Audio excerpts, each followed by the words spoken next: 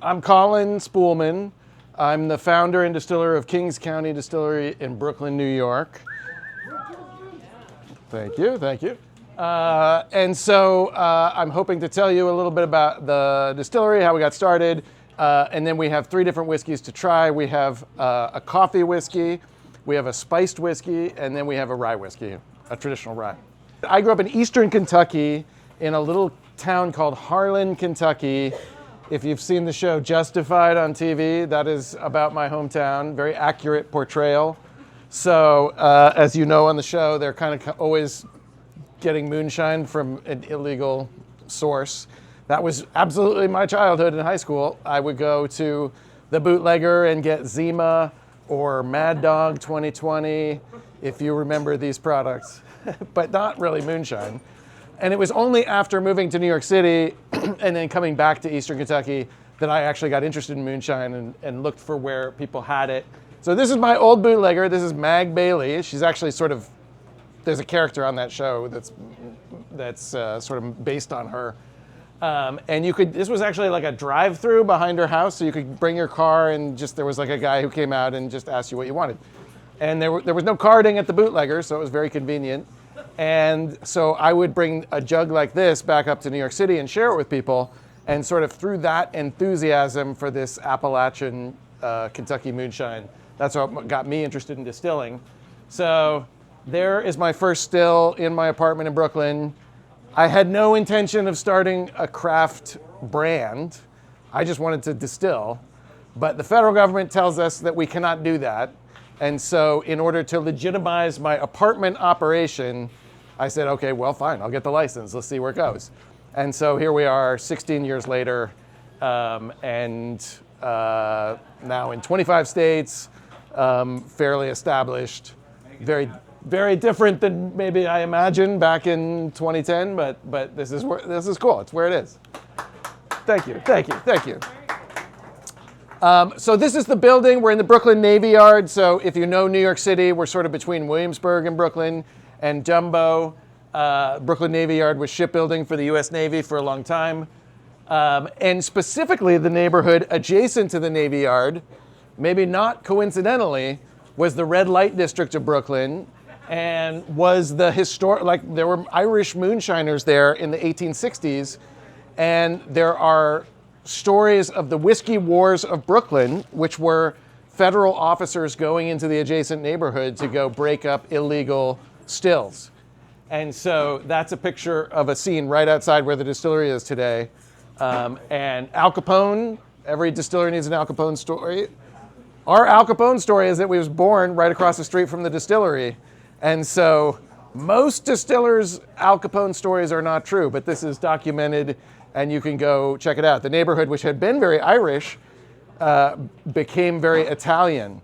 And so Al Capone kind of grew up around this older generation of Irish bootleggers. And not surprisingly, he became a bootlegger at a national scale. And then we come in, in 2010 and complete the circle. So here's another picture, an aerial view of kind of where we are. Again, if you know New York City, this is where we're located. And so, okay, I'll talk a little bit about what differentiates Kings County.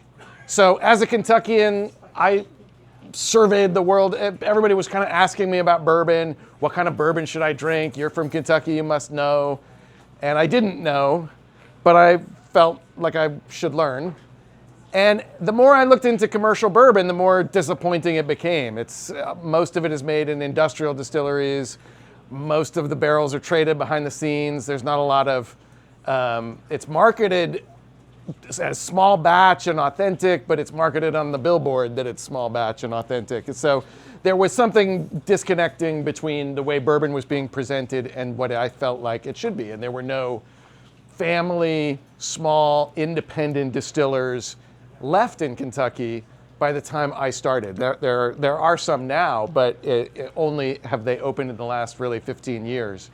And so I said, okay, well, if I were to make a distillery and to take this moonshine thing and scale it up, how would I do it that would be different from Kentucky, but that would maintain the integrity that I sort of wanted from Kentucky bourbon that had been lost? And so that's a lot of what Kings County is. So The stills that we use, you can see here on the screen, this is about our production process. We use pot stills.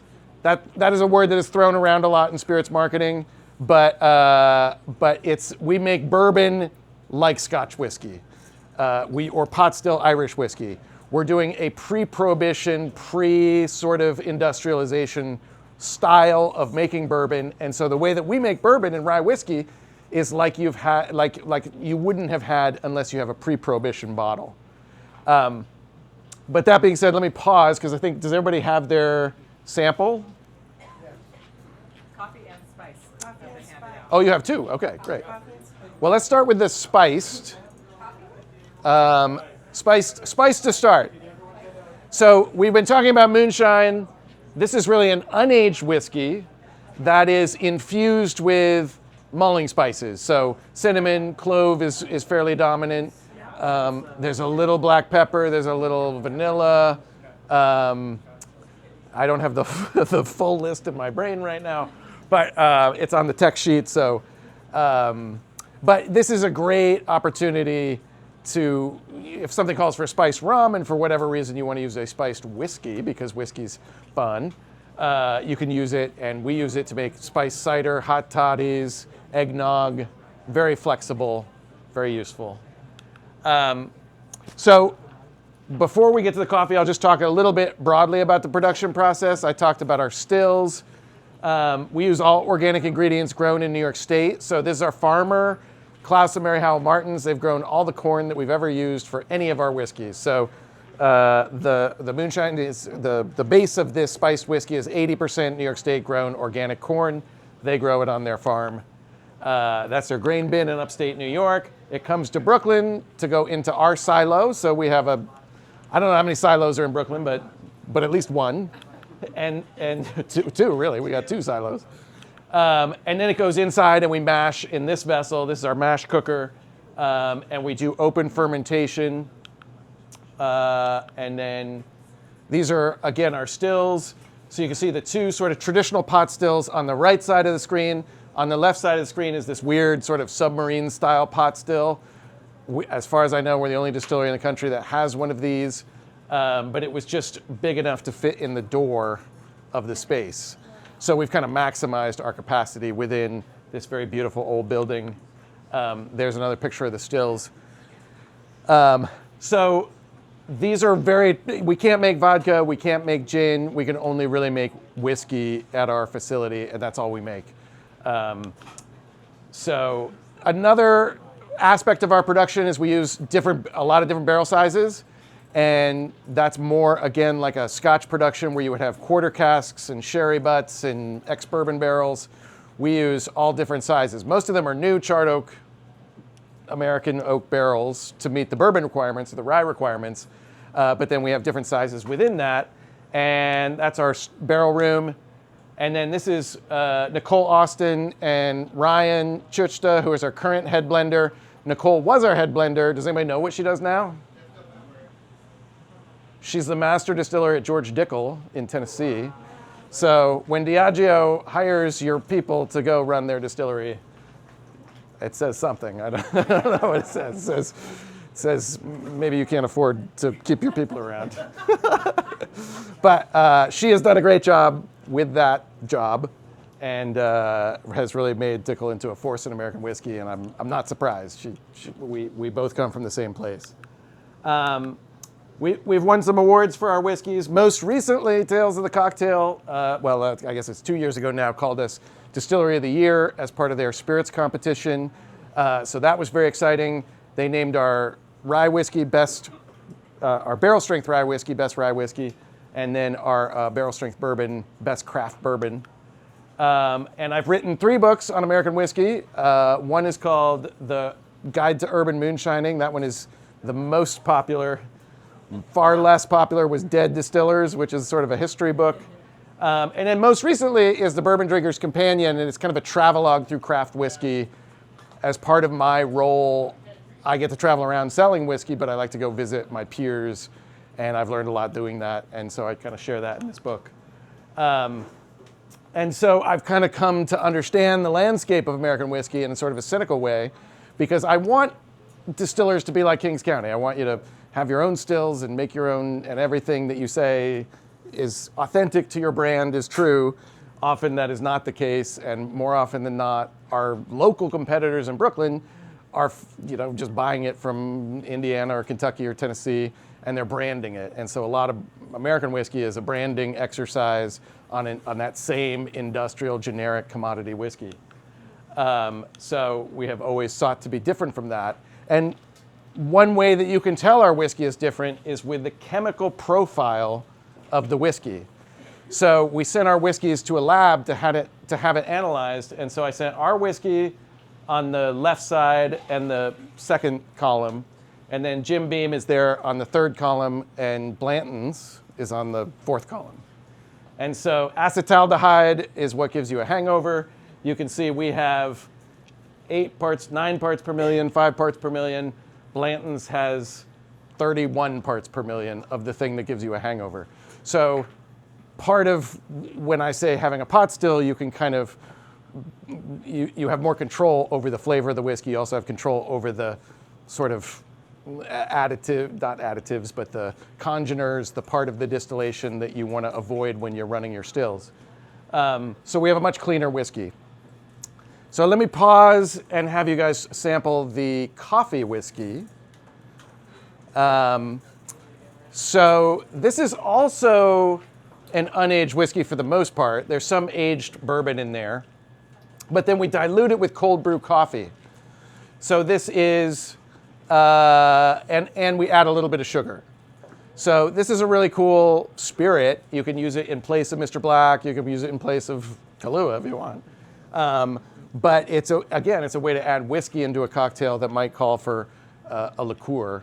And we have found it very versatile in things that are very flavor forward, like Boulevardiers.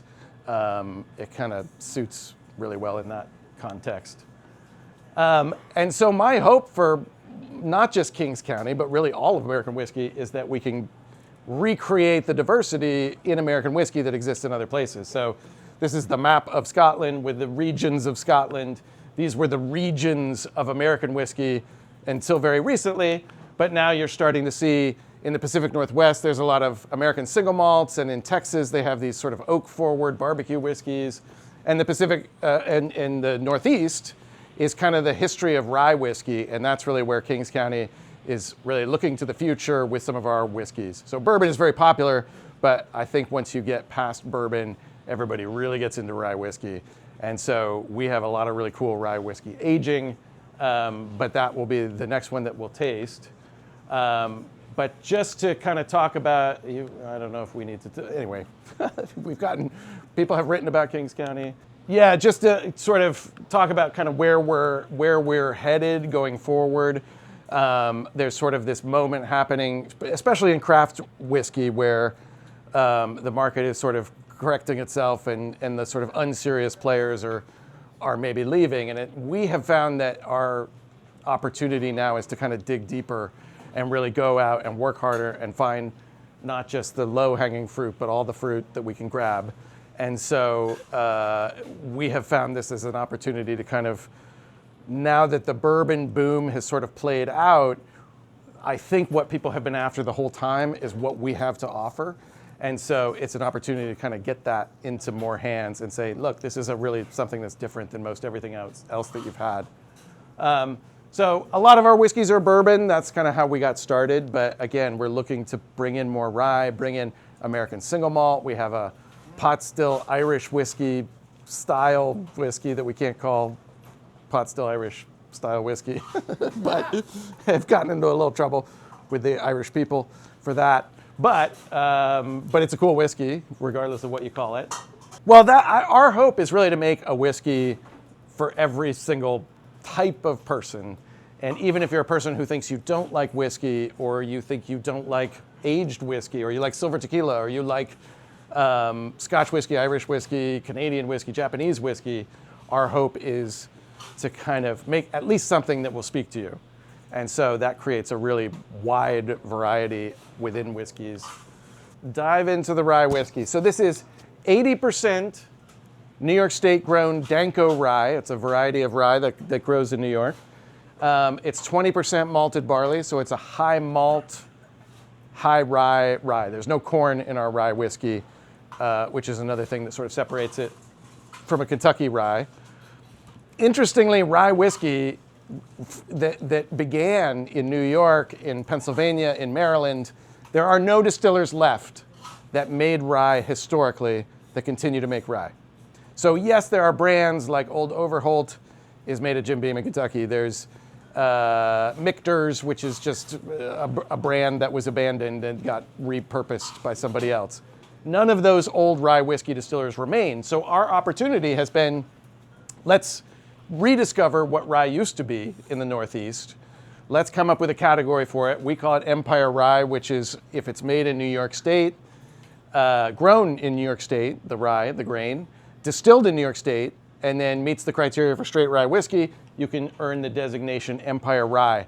And we have a little logo from the New York State Empire Rye Guild that certifies it. But it's really just a way of saying this is the authenticity of the rye history that we're trying to bring back.